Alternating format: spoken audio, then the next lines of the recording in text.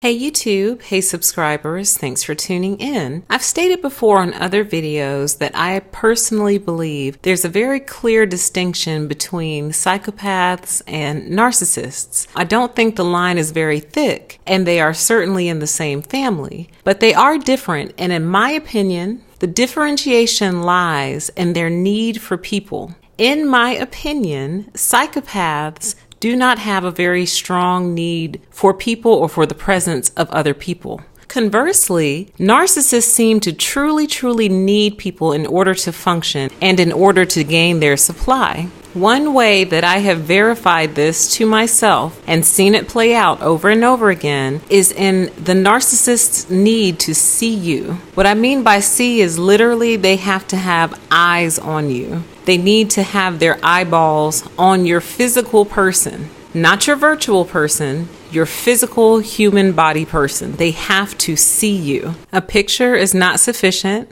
Your voice is not sufficient. A FaceTime video type phone call is not sufficient. Narcissists will not be satisfied until they are actually looking at you. So what would the reason for this be? The reason, I believe, is because unlike the psychopath, the narcissist takes all their cues from you. They know what to do next based on what you either are doing or have done. So that's how they position themselves in your life and know which angle of attack to go after next. If the narcissist can't see you, they can't pick up on that visual context that is present in face-to-face interactions. It frustrates them a great deal. It actually makes them very anxious, very irritated, and very aggravated. And if they don't get their wish to physically see you, it will cause them to go off the deep end eventually. But they are going to make every effort to command your presence before they flip out and finally go off the deep end. In just talking through this and discussing this with you guys, I'm reminded of a video I did of an individual who was demanding my presence after a very long work day and after working a full-time job and a part-time job. I declined this individual's last-minute invitation and they proceeded to flip out on me. And it all goes back to the point of this video. They have to see you. They demand to see you. If they can't corner you and get you in their web and in their quarters, they lose it, because that's where a lot of their power and control lies. Their power and control lies in being able to just watch you. I've mentioned in videos before, I believe, I'm not sure,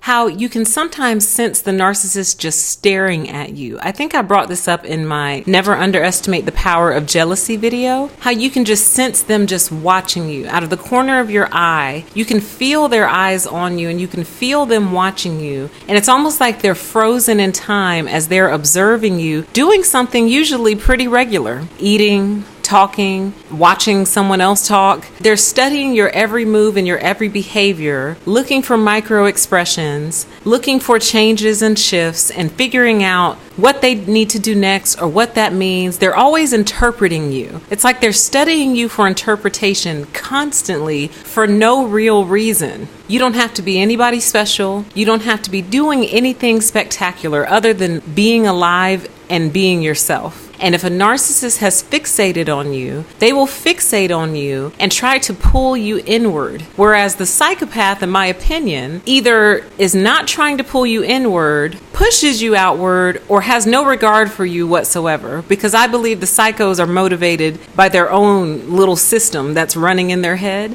And it can run off in a million different directions, but I don't think psychopaths' end goal is to constantly corner you and have you like as their own little personal puppet, because they have kind of more grandiose end goals, if that makes sense. I don't think most psychopaths have time to be tethered to another human being like that. That's just my opinion though, guys. This is not coming out of the DSMV. Narcissists are trying to pull you in. They're trying to capture you. Whereas the psychos, who knows what they're thinking about, but it's typically not, how can I pull this person in? So the narcissist has to see you.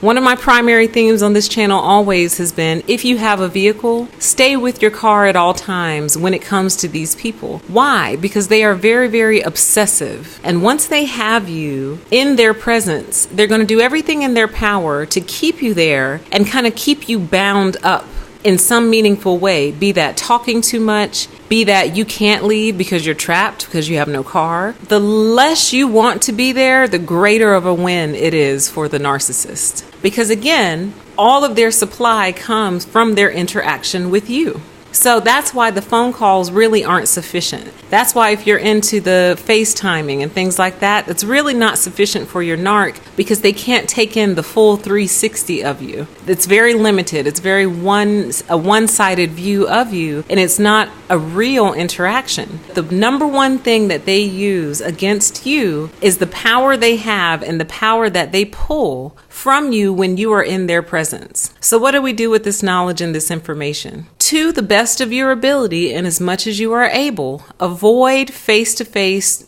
contact with known narcissists. You will not always know who they are right away. You won't. You won't always be able to spot them. You won't always be able to identify them. But the ones you know for a fact you're satisfied with the belief that they may be. And if you have the ability to not be in their presence, don't be in it. If you still have to maintain contact for whatever reason, do that, but do it over the phone or do it in writing, do it via text. Do whatever you can to sever that soul tie with the narcissist when you are face-to-face and in person. Because I do believe they're shooting outward energetically towards you and latching on to you energetically, and that is something that really can only occur in person. Yes, it can occur over the phone and over the internet, but it really, really only occurs in person, and it especially occurs if you have to see this person or these people more than once. It establishes that tie, that bind,